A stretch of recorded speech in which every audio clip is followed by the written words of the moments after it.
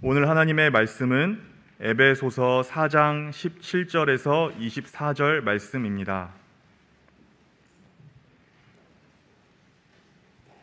에베소서 4장 17절에서 24절 말씀입니다. 하나님의 말씀을 봉독합니다. 그러므로 내가 이것을 말하며 주 안에서 증언하노니 이제부터 너희는 이방인이 그 마음에 허망한 것으로 행한같이 행하지 말라. 그들의 총명이 어두워지고 그들 가운데 있는 무지함과 그들의 마음이 굳어짐으로 말미암아 하나님의 생명에서 떠나 있도다. 그들이 감각 없는 자가 되어 자신을 방탕에 방임하여 모든 더러운 것을 욕심으로 행하되 오직 너희는 그리스도를 그같이 배우지 아니하였느니라. 진리가 예수 안에 있는 것 같이 너희가 참으로 그에게서 듣고 또한 그 안에서 가르침을 받았을진대 너희는 유혹의 욕심을 따라 썩어져가는 구습을 따르는 옛 사람을 벗어버리고 오직 너희의 심령이 새롭게 되어 하나님을 따라 의와 진리의 거룩함으로 지으심을 받은 새 사람을 입으라. 아멘. 자, 오늘은 옛사람은 벗고 새 사람은 입고 라는 제목으로 말씀을 전하겠습니다.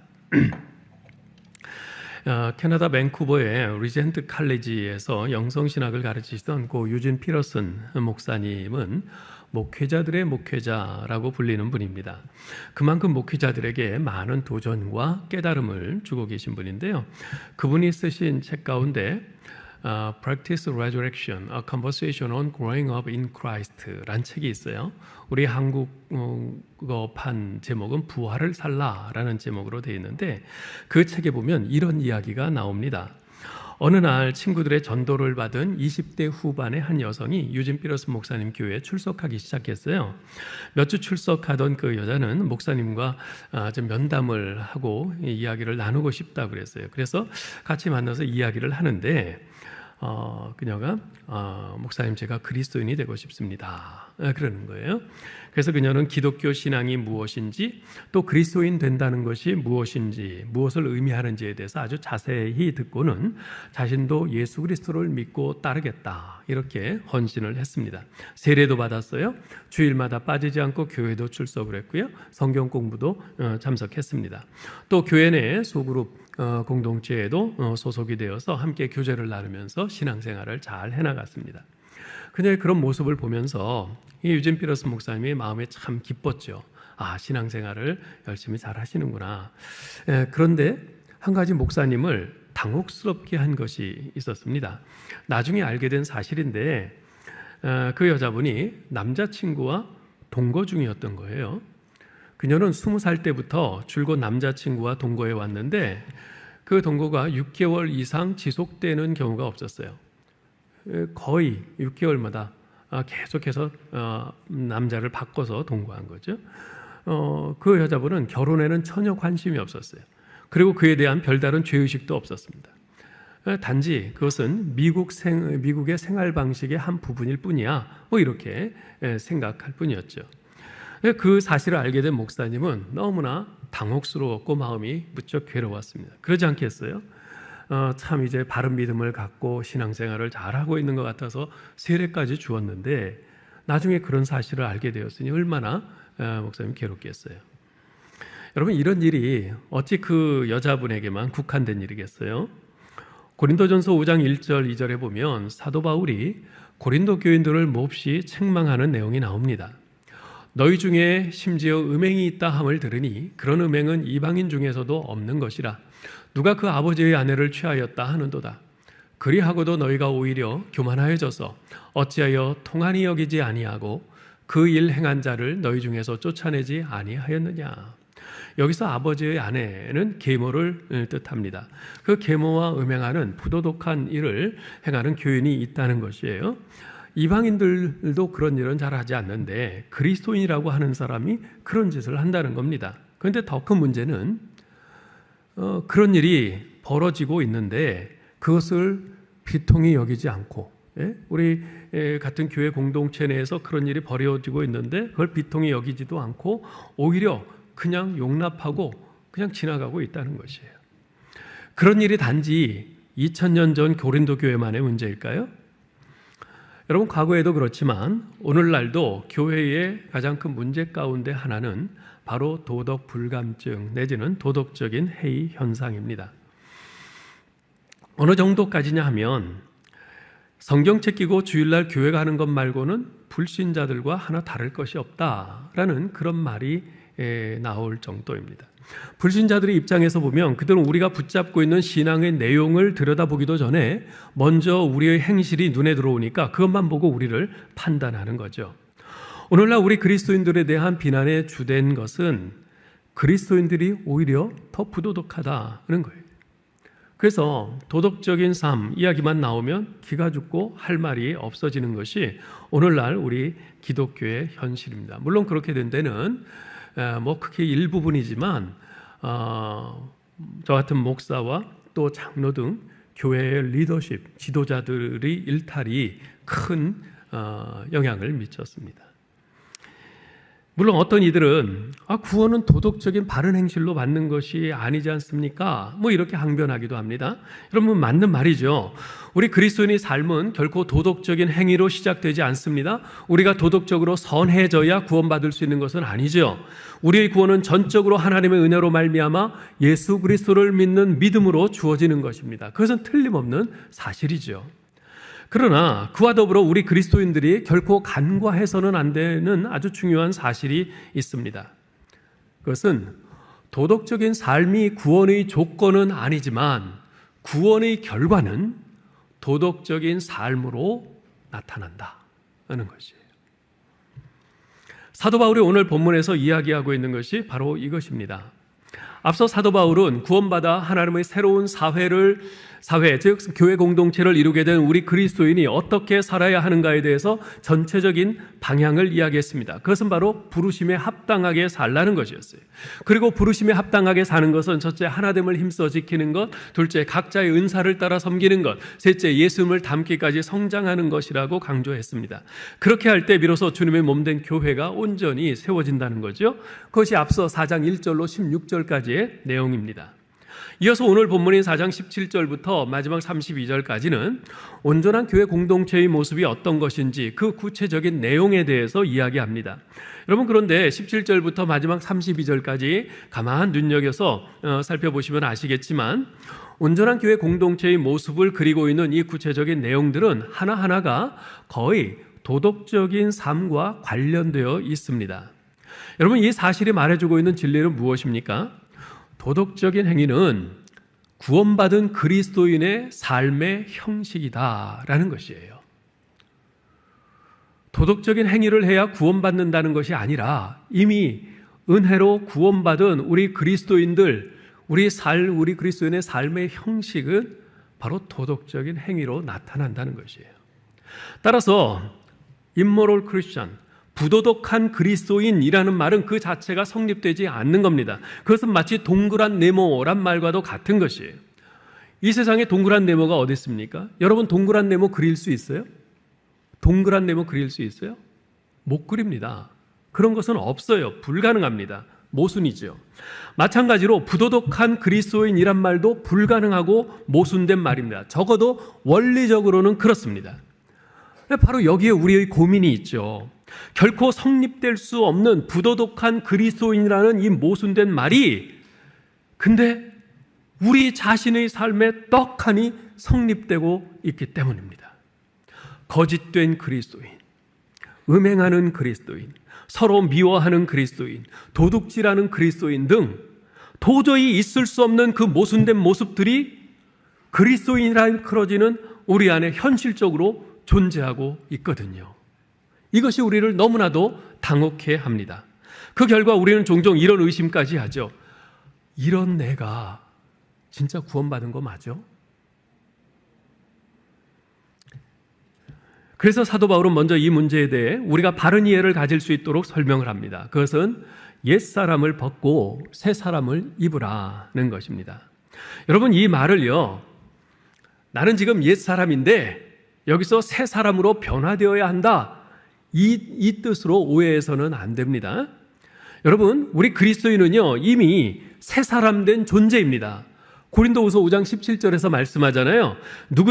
그런즉 누구든지 그리스도 안에 있으면 새로운 피조물이라. 이전 것은 지나갔으니 보라 새 것이 되었도다. 예, 그렇습니다. 예수 믿는 우리는 이미 새 사람이 되었어요. 새로운 피조물 되었어요. 새 것이에요. 그런데 문제는 새 사람 된 우리가 아직 옛사람의 옷을 입고 다닌다는 거예요. 마치 고등학교를 졸업하고 어엿한 사회인이 된 사람이 여전히 고등학교 때 그 교복을 입고 직장에 출근하는 것과 마찬가지란 말입니다. 모순된 거죠. 따라서 그런 옛사람의 옷을 벗어버리고 새 사람의 옷을 입어야 한다는 것입니다. 자, 그러면 우리가 벗어버려야 할 옛사람의 옷은 무엇이고 입어야 할 새 사람의 옷은 무엇입니까? 먼저 벗어버려야 할 옛사람의 옷에 대해서 사도 바울은 22절에서 이렇게 말합니다. 같이 읽어볼까요? 너희는 유혹의 욕심을 따라 썩어져가는 구습을 따르는 옛사람을 벗어버리라. 더 이상 예수 믿지 않는 이방인처럼 살지 말라는 것입니다. 이것은 예수 믿기 이전에 가졌던 모든 죄악된 마음과 욕심과 태도와 습관, 행동을 다 버리라는 말입니다. 17절에서도 같은 말씀을 해요. 같이 읽어보죠.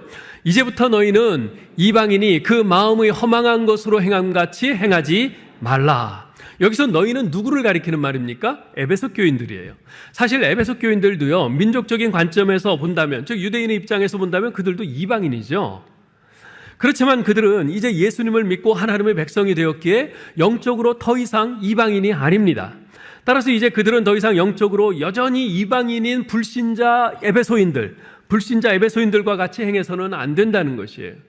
너희는 예수 믿고 구원받은 하나님의 백성들이니 그 불신자 에베소인들과 같이 행해서는 안 된다. 사도 바울이 이렇게 말하는 이유가 있습니다. 사실 당시 에베소 사람들의 삶에서 종교는 일종의 문화였습니다. 에베소시를 주재하던 여신은 아르테미스, 로마식 이름은 다이아나였는데요. 이 아르테미스 여신을 섬기는 큰 신전이 에베소에 당시에 있었습니다. 이 신전은 세계 7대 불가사의 중에 하나예요. 만리장성, 피라미드 이런 것과 더불어서 세계 7대 불가사의의 하나로 꼽힐 만큼 아주 대단했습니다. 그래서 수많은 순례자들이 찾아드는 곳이었죠. 이 아르테미스는 출산을 도와주는 달의 여신으로 신봉되었고요, 다산을 상징하는 1000개의 가슴을 가진 우상이었습니다. 이 아르테미스 신전에는 거세된 제사장들과 젊은 처녀들 그리고 창녀 사제들을 포함한 성직자들이 있었는데요, 매년 한 달 동안 아르테미스를 숭배하는 의식과 축제들이 행해졌는데 그때는 온갖 부도덕한 음행이 난무하곤 했습니다. 이것은 매년 한 달 동안 계속 벌어지는 일종의 연례, 문화 축제 같은 것이에요. 종교 형식을 닮은 문화 축제였어요. 그래서 이 에베소인들의 삶 속에 아주 뼛속까지 깊이 스며든 그 문화였죠. 그래서 비록 그들이 예수 믿고 개종함으로 종교는 바뀌었지만 그러한 생활 방식은 아직도 그다지 바뀌지 않았어요. 예수 믿지 않는 불신자들과 똑같이 허망한 것을 쫓아서 행하면서 살았던 것입니다. 마치 죄에 무감각한 이방인처럼 그들은 욕망에 이끌려 부끄러움도 모르고 더러운 일을 행하며 살았습니다. 양심에 아무런 가책도 없이 말이죠. 다들 그렇게 사는데 여기서는 그렇게 사는 게 정상인데 이제까지 다 그렇게 살아왔는데 그러는 거죠. 사도 바울은 이처럼 에베소 교인들의 모습을 통해서 놀라운 새 생명의 복음을 받아들였다 하면서도 아무 생각 없이 옛 문화의 덫에 그대로 빠져서 지내기가 얼마나 쉬운지 그것을 우리에게 경고하고 있는 것입니다. 바울은 허망한 마음을 따라 행하는 이방인의 모습을 18절에서 구체적으로 설명합니다. 그들의 총명이 어두워지고 그들 가운데 있는 무지함과 그들의 마음이 굳어짐으로 말미암아 하나님의 생명에서 떠나 있도다. 여기서 총명이 어두워졌다는 말은 마음과 생각이 어두워졌다는 뜻입니다. 즉 영적인 이해력이 없다는 말입니다. 더 이상 영적인 세계도 어떤 영적인 진리도 알 수 없는 상태라는 것이죠. 본래 우리 인간은요, 하나님을 알고 하나님과 교제하면서 그렇게 지내도록 창조됐습니다. 그래서 하나님께서 우리를 하나님의 형상으로 창조하신 것이죠. 실제로 타락하기 전에 인간은 하나님과 가까이 지내고 교제하면서 하나님을 잘 알았습니다. 그러나 인간이 죄를 범하여 타락함으로 하나님을 떠났죠. 그 결과 인간은 더 이상 하나님을 알지 못하는 존재가 되고 만 것입니다. 그렇게 범죄하고 타락한 인간은 하나님을 떠나 하나님을 알지 못하는 존재가 되었는데, 그 대신 인간은 하나님을 알지 못하는 대신 세상을 잘 아는 존재가 됐어요. 세상과 짝해서 세상과 교제하며 세상을 너무나도 잘 아는 존재가 됐어요. 세상에서 살아남고 세상에서 성공하기 위한 그런 총명은 우리 타락한 인간에게 아주 대단합니다. 여러분, 그래서요, 우리 예수 믿는 신자들과 예수 안 믿는 사람들 둘 중에 누가 더 이 세상에서 아주 잘 사는지 아세요? 뻔해요. 예수 안 믿는 사람들이 훨씬 더 잘 살아요. 그들은 이 세상에서 어떻게 해야 성공하는지, 이 세상에서 어떻게 해야 정말 잘 나갈 수 있는지, 그걸 우리 그리스도인보다도 너무나 잘 알고 갈등 없이 그 길을 갑니다. 그러나 그들의 총명은 하나님을 아는 지식이 없는 그런 총명이에요. 그래서 어두워졌어요. 보는 눈이 어두워졌고 생각하는 마음이 어두워졌지요.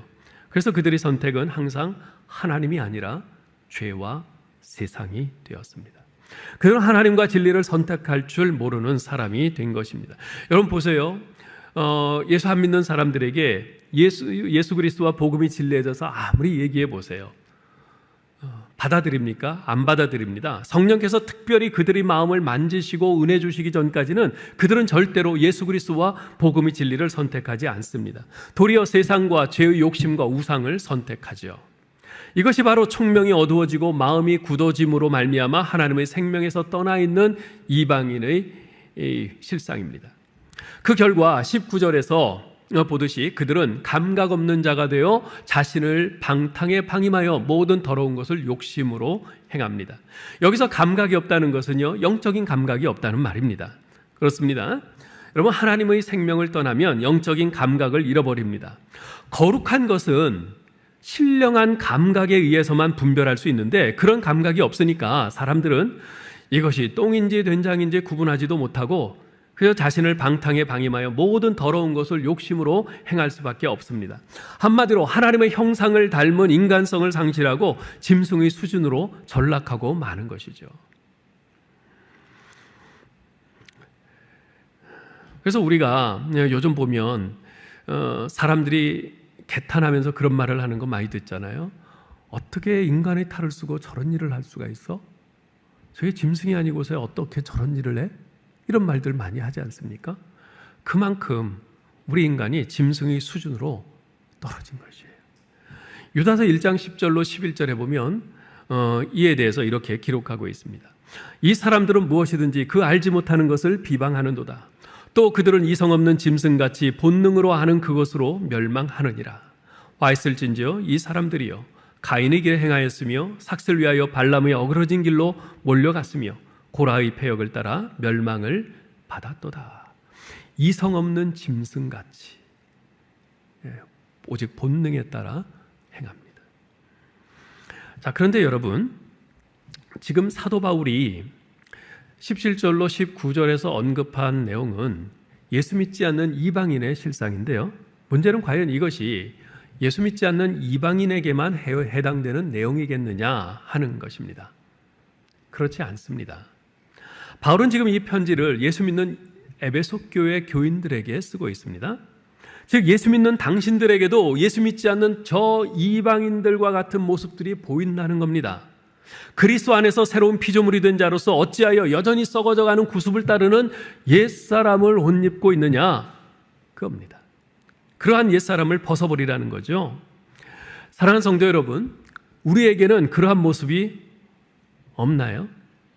예수 믿고 거듭나 새 생명을 살고 있음에도 불구하고 여전히 옛사람을 입고 살아가는 그런 모습은 없습니까?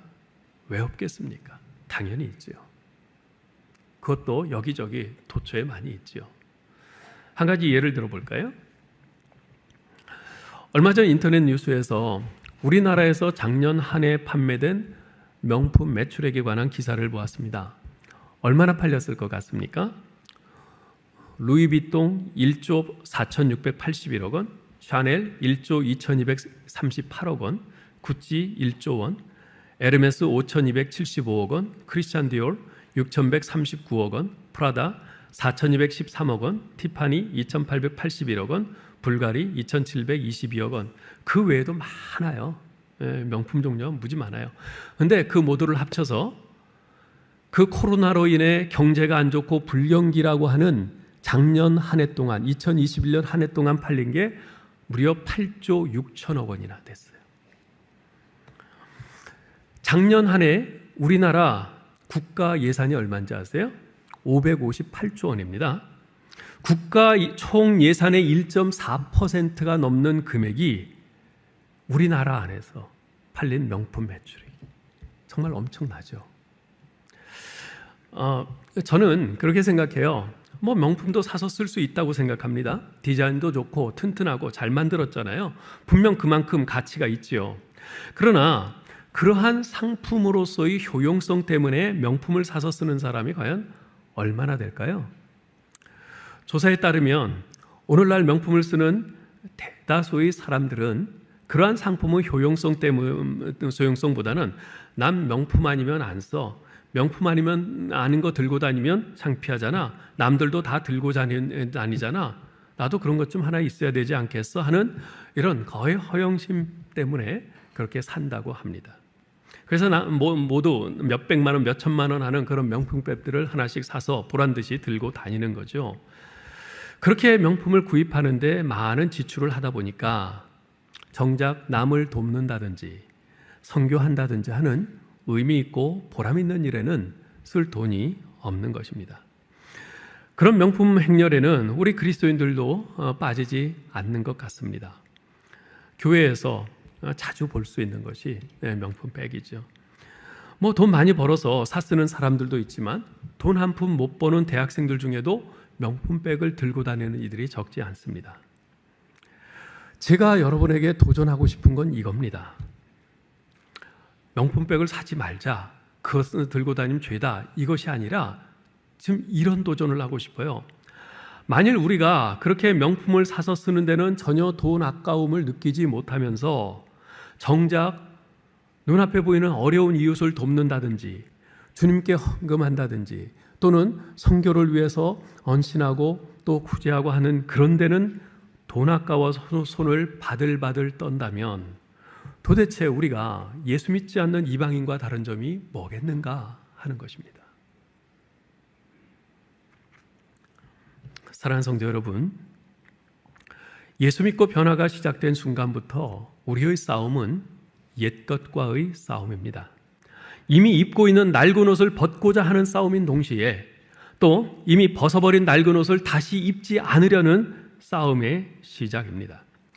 때때로 옛것에 대한 향수와 동경은 우리로 하여금 이미 입고 있는 새 옷을 벗어버리게 합니다. 실제로 낡은 옷은 때때로 우리에게 편리함과 그 만족을 주기도 합니다. 신발도 그렇잖아요. 새 신 신으면 굉장히 발이 답답해요. 근데 오랫동안 신은 신은 굉장히 편하잖아요. 그렇죠?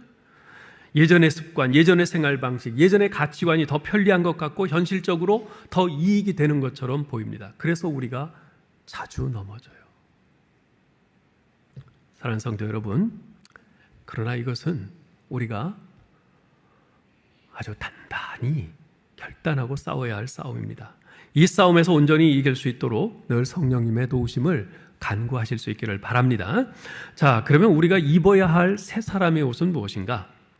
죄인은요, 그 자신의 몸이 오물로 가득 묻어 있는 사람이기에 더러운 옷을 걸친다 한들 별로 개의치 않습니다. 거기에 더러운 것이 한두 방울 더 묻어도 상관 안 해요. 그러나 의롭게 된 사람은 이미 목욕해서 깨끗한 몸이기 때문에 더러운 옷을 입는 것을 견딜 수 없습니다. 여러분, 기껏 깨끗하게 샤워하고 나서 이미 입고 놔둔 그 더러운 속옷을 다시 입습니까? 안 그러잖아요. 네. 감각 없는 자 된 옛사람과 감각이 살아있는 새 사람의 차이죠. 자, 그러면 새 사람이 입어야 할 옷은 어떤 것입니까? 23절, 24절에서 이렇게 말씀합니다. 같이 읽어보겠습니다. 오직 너희의 심령이 새롭게 되어 하나님을 따라 의와 진리의 거룩함으로 지으심을 받은 새 사람을 입으라. 새 사람은 하나님을 따라 하나님의 인격을 닮아갑니다. 특별히 의와 진리의 거룩함을 닮아갑니다. 여러분, 하나님의 인격의 초점은 이겁니다. 그분은 의로우십니다. 그분은 진실하세요. 그분은 거룩하십니다. 이렇듯 하나님의 의로우시고 진실하시고 거룩하신 성품과 형상을 본받는 새로운 삶을 계속해서 추구해 가라는 말씀입니다. 그것이 예수 그리스도의 십자가의 은혜로 새 사람 된 우리의 마땅한 본분이라는 겁니다. 그렇습니다. 새 사람은 전심으로 하나님을 따르는 사람입니다. 이 세상의 풍조를 따르지 않습니다. 세상이 강조하는 것, 세상이 주목하는 것, 세상이 매료되는 것, 세상이 의미를 부여한 것, 그런 것에 이끌리는 자가 아닙니다. 주님께서 주목하는 것을 나도 주목하고, 주님께서 기뻐하시는 것을 나도 기뻐하고, 주님께서 원하시는 것을 나도 소원하고, 주님께서 강조하시는 것을 나도 강조하고, 주님께서 있기를 원하시는 그곳에 나도 머무는 자입니다. 새 사람은 시대의 유행이나 세상의 분위기에 휩쓸리는 자가 아니라 하나님의 말씀에 믿음으로 굳게 서서 그러한 세상의 분위기를 거슬러 올라가는 자입니다. 제가 종종 말씀드리듯이 사어는 유수하고 활어는 역수한다는 말처럼 말입니다. 사어, 죽은 물고기는 그냥 물 흘러가는 대로 아무 힘 없이 떠내려갈 뿐입니다. 그러나 활어, 살아있는 물고기는 힘차게 물길질을 하면서 그 물의 흐름을 거슬러 올라갑니다. 그것이 우리 그리스도인의 모습입니다. 그런데 이것은 사실 우리 자신의 노력만으로는 불가능합니다. 예수 믿고 새 사람 된 우리가 새로운 의지와 열정을 가지고 하나님의 뜻에 합당하게 살기 위해서는 우리를 지으신 그분의 힘과 능력을 공급받아야 합니다. 참으로 다행스러운 것은요, 성령님께서 우리를 도와주시겠다고 약속하셨다는 것입니다. 오늘 23절 말씀에 보면 오직 너희의 심령이 새롭게 되어 라고 말씀하고 있는데요, 여기 이 심령이라는 헬라어 단어 이 푸니마는요, 이것은 우리의 영으로 번역할 수도 있고요, 성령으로 번역할 수도 있습니다. 우리말 이 개역개정 성경에서는 이 단어를 우리의 영으로 번역을 했습니다. 그래서 너희의 심령이 새롭게 되어라 이렇게 말을 하고 있죠. 그런데 이 바울 서신의 가장 탁월한 주석가 중 한 사람인 고든 피 교수는 이것을 성령으로 번역합니다. 그렇게 번역하면 23절은 이런 뜻이 됩니다. 성령으로 마음을 새롭게 하여. 여러분 보세요. 우리가 우리 마음을 새롭게 하는 것이 얼마나 어렵습니까? 지금 이렇게 말씀을 듣는 순간에는 그렇지, 그렇게 해야지 결단했다가도 교회 문 나서는 순간에 금방 또 맘 바뀌는 것이 우리들 아니겠어요? 그렇게 너무나 연약하잖아요. 이렇게 연약한 것이 우리의 마음이에요.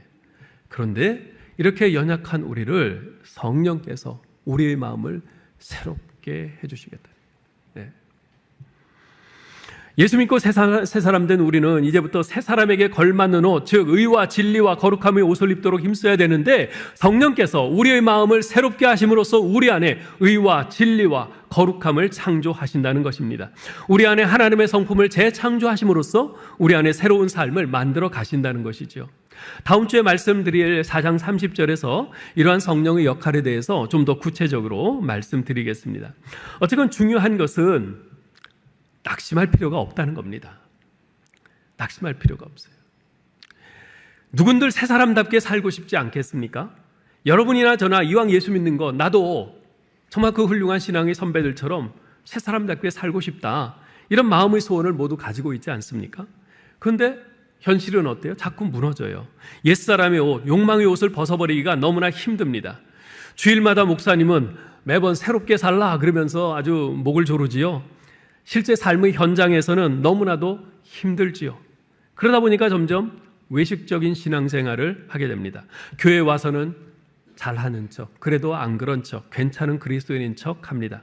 자신을 감추는 법을 터득해서 교회 생활을 합니다. 신앙생활이 다 그런 거지. 그러면서 때로는 자포자기로, 때로는 덤덤한 모습으로 그냥 교회를 왔다 갔다 합니다. 신자의 능력, 새 생명의 능력은 어디에서도 찾아볼 수가 없고, 자기 자신도 그런 기대는 거의 하지 않는 그런 그리스도인들이 적지 않습니다.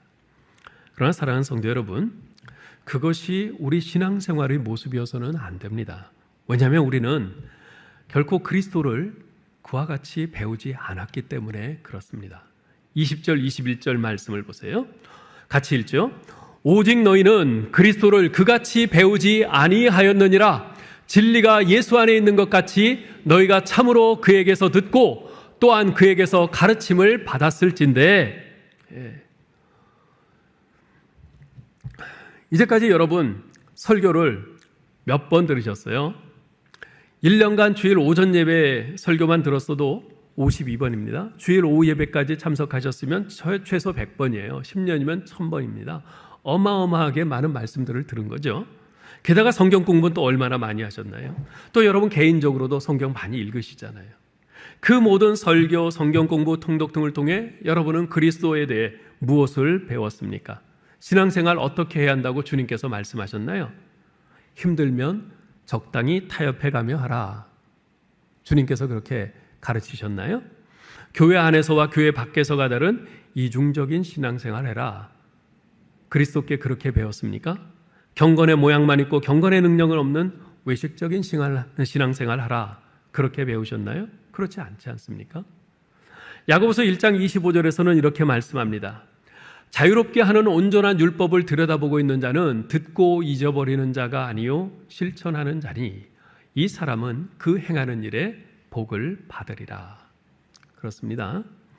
이제까지 여러분이 읽고 듣고 묵상하고 공부하고 암송한 말씀들을 성령님의 도우심을 구하면서 실천하며 사셔야 합니다. 땀 흘려야 됩니다. 때로는 피도 흘려야 됩니다. 싸워야 됩니다.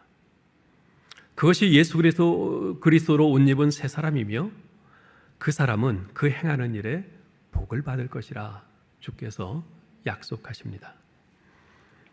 이제 말씀을 맺겠습니다. 서두에 유진 피러슨 목사님 교회에 나오면서 신앙생활하기 시작한 20대 후반의 여성에 대한 이야기를 들려드렸습니다.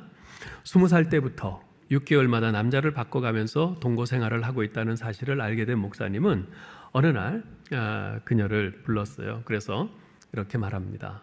그 여자분 이름이 에스트리드인데 에스트리드 부탁이 하나 있어요. 들어줄래요?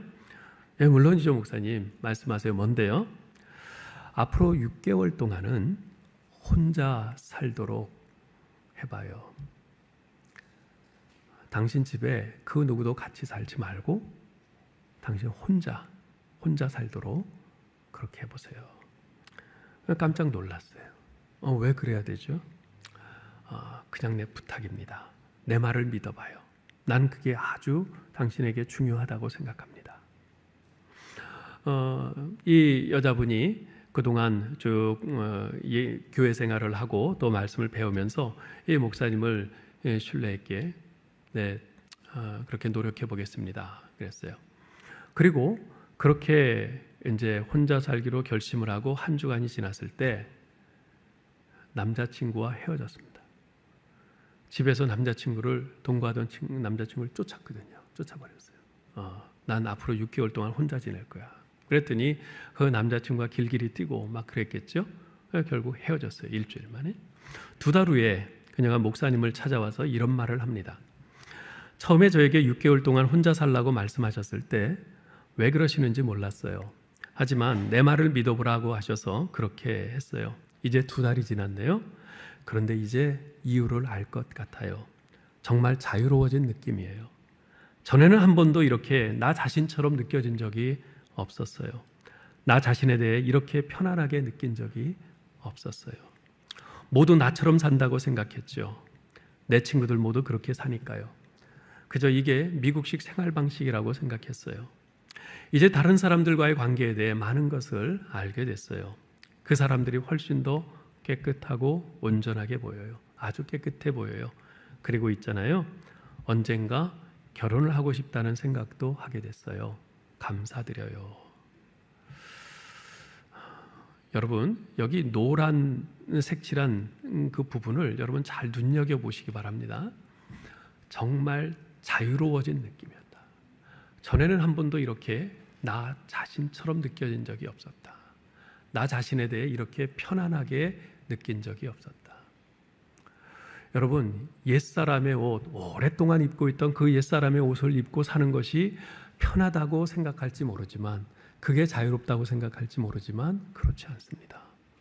왜냐하면 그건 죄니까. 죄가 우리를 자유케 해주고 편안하게 해주는 적은 단 한 번도 없습니다. 잠시 그럴 것이라는 착각을 하게 만들지만 곧이어서 우리를 꽁꽁 묶습니다. 정말 자유로운 것은 그 옛사람의 옷을 벗어버리고 의와 진실함과 거룩함으로 옷 입는 것입니다. 처음에는 불편할 수 있지만 그것이 우리를 진정으로 자유케 하고 평안케 합니다. 이 에스트라다 이 여인의 결단은 그 이후로 계속돼서 6개월을 다 채웠어요. 그리고 2년 지날 때까지 지속됐습니다. 그리고 2년이 지났을 때 그녀는 크리스찬 형제를 만나서 목사님의 주례하에 결혼을 해서 복된 가정을 꾸릴 수 있었습니다. 사랑하는 성도 여러분, 주님께서는 십자가의 은혜로 구속함을 받고 새 사람이 된 우리에게 말씀하십니다. 옛사람을 벗어버려라. 그리고 새 사람을 입으라. 여러분, 좀 전에 예에서 말씀드린 그 에스트레이드처럼 옛사람을 벗어버려야 합니다. 어떻게 해요? 예수 믿기 전까지 익숙했던 그 삶의 방식을 버리는 겁니다. 과거에 추종했던 유혹의 욕심과 결별하는 것입니다. 욕심으로 행하던 추하고 더러운 일들을 중단하는 것입니다. 그리고 새 사람을 입어야 합니다. 예수님께서 우리가 입었던 그 죄악의 누더기를 입으시고 십자가에 달려 우리 대신 죽으셨습니다. 우리는 지금 예수님의 옷을 입고 살아가고 있습니다. 예수님의 옷이 뭡니까? 의로움과 진실함과 거룩함의 옷입니다. 거짓은 예수님의 그 정직한 옷에 어울리지 않습니다. 교만은 예수님의 겸손한 옷에 어울리지 않습니다. 남을 함부로 대하는 것은 예수님의 온유한 옷에 어울리지 않습니다. 게으름은 예수님의 성실한 옷에 어울리지 않습니다. 시기와 질투와 원망과 불평은 예수님의 사랑과 감사의 옷에 어울리지 않습니다. 하나님의 사람은 입는 옷이 다릅니다. 아무 옷이나 입지 않습니다. 오직 진리이신 예수 그리스도께서 마련해 주신 의로움과 진실함과 거룩함의 옷만 입습니다. 사랑하는 성도 여러분, 아무쪼록 유혹의 욕심을 따라 썩어져가는 구습을 따르는 옛사람을 벗어버리고 오직 심령이 새롭게 되어 하나님을 따라 의와 진리와 거룩함으로 지으심을 받은 새 사람을 입고 사는 저와 여러분 될 수 있기를 주님의 이름으로 축원합니다.